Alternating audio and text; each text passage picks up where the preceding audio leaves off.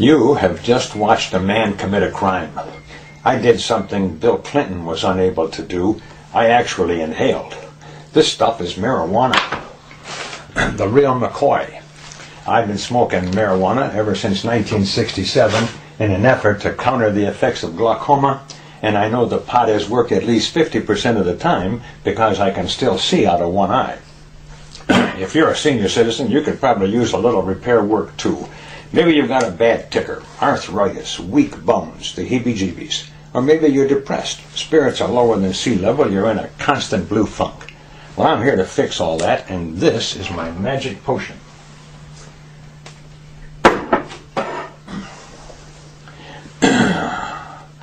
I give you the noble marijuana plant. That's right, marijuana. It's a pharmaceutical wonder, the penicillin of the 21st century. Add years to your life and life to your years with medicine from the Evergreen Pharmacy. Keep an open mind and I'll fill it with the magic smoke of the cannabis sativa bush and make you young again. But first, a word about my qualifications as a marijuana expert. I say a pot expert who hasn't smoked pot is no expert. Bill Clinton never did inhale. Our drug czars are all non-tokers who wouldn't know marijuana from marmalade, and yet they have the gall to lecture others on the perils of pot. I, on the other hand, have been stoned on pot every day since 1967 and know the truth about the stuff. I know more about marijuana than anybody except the Rastafarians. You remember them. They're the ones who made a religion out of pot smoking and saved millions from a life of sobriety. That's them there. I tried to join their group once, but they whiteballed me. Okay, now for a little history. A lot of people think pot smoking is a sin, but they're mostly idiots. The fact is, Adam and Eve were the very first potheads, and it says so right in the Holy Bible. Listen to this. Hold on, I'll just get my Bible. I got a copy right here. Because I know people aren't going to believe what I'm saying, but I'm telling you, it's right here in the Holy Bible. I've got it.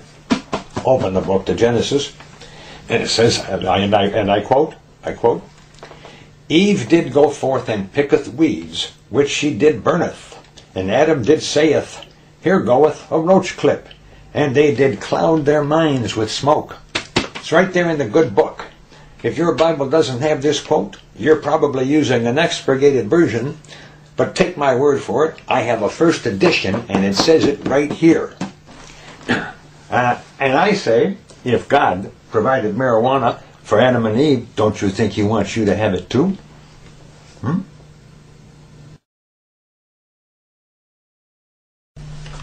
But when Adam and Eve screwed up, God made their kids so stupid they didn't know pot from shoe polish.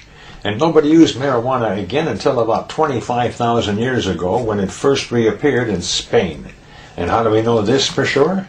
Easy. That's when cavemen painted the Altamira cave murals in northern Spain. These famous drawings were done by people with IQs of 20 or so. How could these brutish louts make such fine art without something to stimulate their low-grade brains? Something like marijuana, maybe. Many famous people smoked pot, and we have records to prove it. Moses was stoned when he saw that burning bush. We know he was stoned because nobody sees bushes catch on fire for no reason unless he's on something. In fact, Moses was so stoned he saw God, and seeing God is a classic stoner trip. Every pot smoker I know has seen God 3 or 4 times, so there must be a connection there somewhere. Socrates was stoned when he drank that hemlock. Some claim all the apostles were potheads except Judas, and that figures. That happens because marijuana makes people creative. Look at me. I've been a pothead for 30 years, and I'm making this stuff up out of thin air.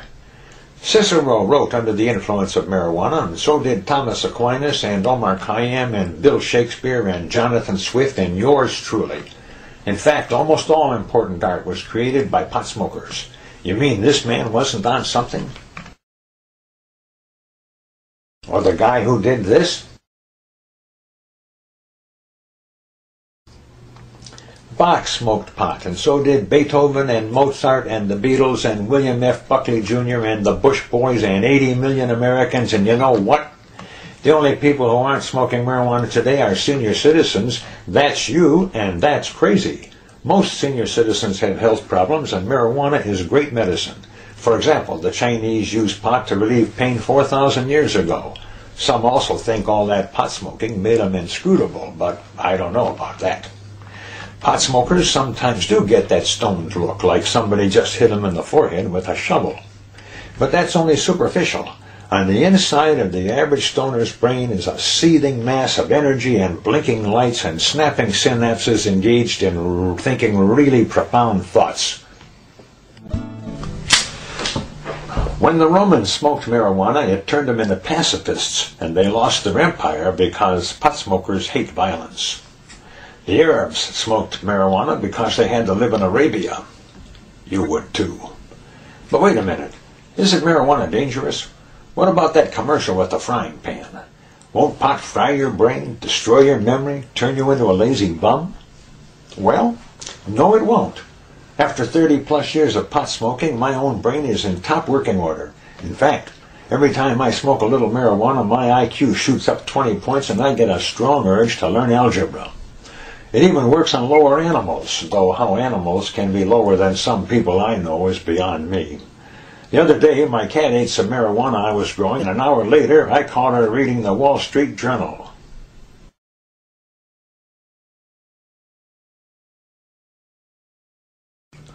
Another miracle. Somebody alert the Pope. More proof that marijuana is the wonder drug of the 21st century.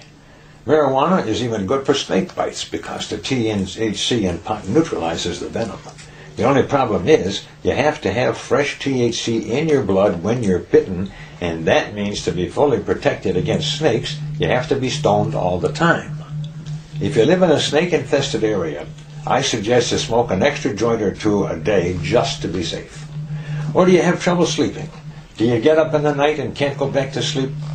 Smoke some pot at bedtime and you'll sleep the night through and halfway into the next morning. A caveat though, be careful about oversleeping if you have any anxious airs hanging around. Some of them are mighty quick with a sheet, and you may wake up and find yourself being trundled off to the nearest mortuary just for sleeping in one day.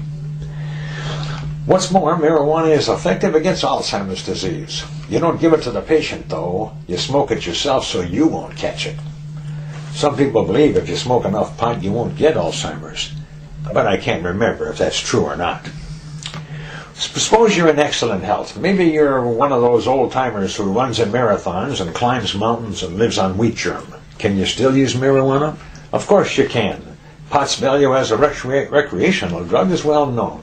It's especially good for shut-ins since they can take a trip without leaving their room. Time for your trip, George. Great, I'm raring to go. Anyone seen Marlon Perkins?